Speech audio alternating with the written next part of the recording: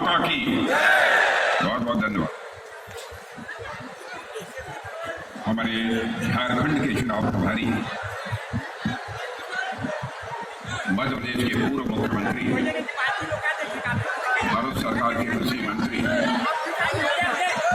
श्रीमान शिवराज सिंह जी चौहान और झारखंड के पूर्व मुख्यमंत्री श्री बाबूलाल जी मरांडी, आपके लोकप्रिय सांसद श्री बी डी राम जी,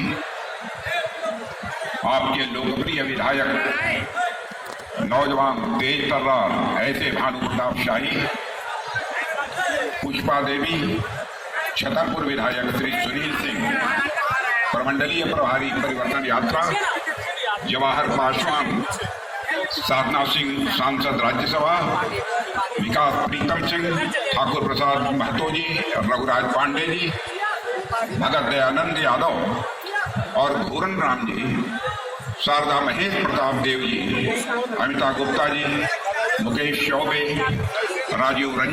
कांग्रेस के करिश्मे को, काले करिश्मे को देखने के बाद वहां की जनता ने पुनः भारतीय जनता पार्टी को छत्तीसगढ़ में लाया है और वहां पर हमारी सरकार बनाई है और एक हमारा आदिवासी भाई वहां के मुख्यमंत्री के रूप में अपनी भूमिका निभा रहा है। भारतीय जनता पार्टी एक बहुत ही जांची परखी, हर प्रकार की कसौटी पर जो बराबर खरी उतरी है, इस प्रकार की हिंदुस्तान की एक राजनीतिक पार्टी है मेरे बहनों भाई। लेकिन यहाँ के मुख्यमंत्री के बारे में मुझे बतलाने की जरूरत नहीं है।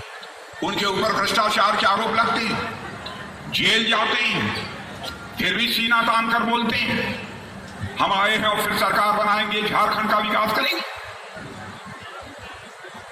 बहनों भाइयों, लोकतंत्र बिना लोकलाज के नहीं चल सकता, बिना लोक मर्यादाओं के लोकतंत्र नहीं चल सकता। मैं आपको याद दिलाना चाहता हूं, मर्यादा पुरुषोत्तम भगवान राम पर समाज की अंतिम सीढ़ी पर बैठे हुए एक व्यक्ति ने केवल आरोप लगा दिया। मर्यादा पुरुषोत्तम भगवान राम ने अपने प्राणों से प्यारी सीता का भी परित्याग करने में संकोच नहीं किया था। यह है भारत की परंपरा।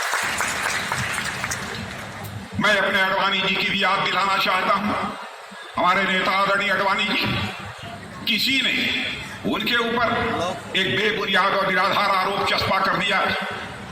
अडवाणी जी ने कहा मैं संसद की सदस्यता से त्याग पत्र देता हूं और तब तक मैं भारत की संसद में कदम नहीं रखूंगा जब तक कि मैं आरोप मुक्त नहीं हो जाए। इसीलिए मैं कहता हूं, राजनीति लोकलाज और मर्यादाओं से चलती है बहनों भाइयों।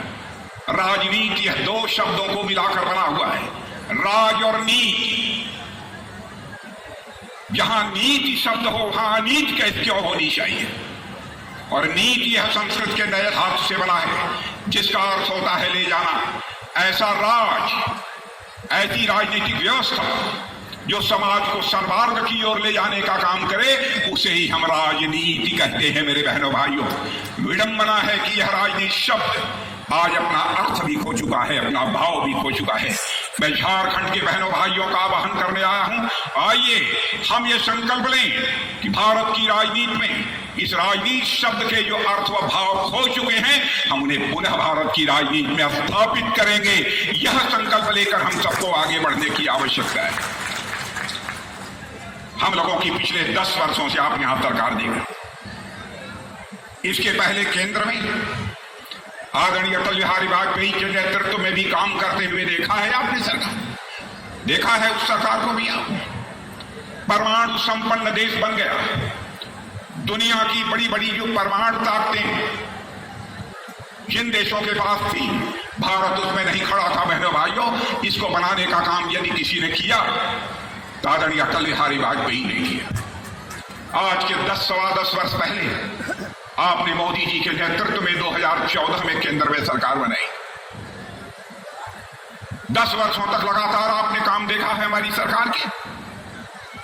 बहनों भाइयों, भले ही कुछ लोगों की समझ में न आता, दुनिया के दूसरे देशों में चले जाइए, भारत के बारे में लोगों की क्या धारणा बनी है।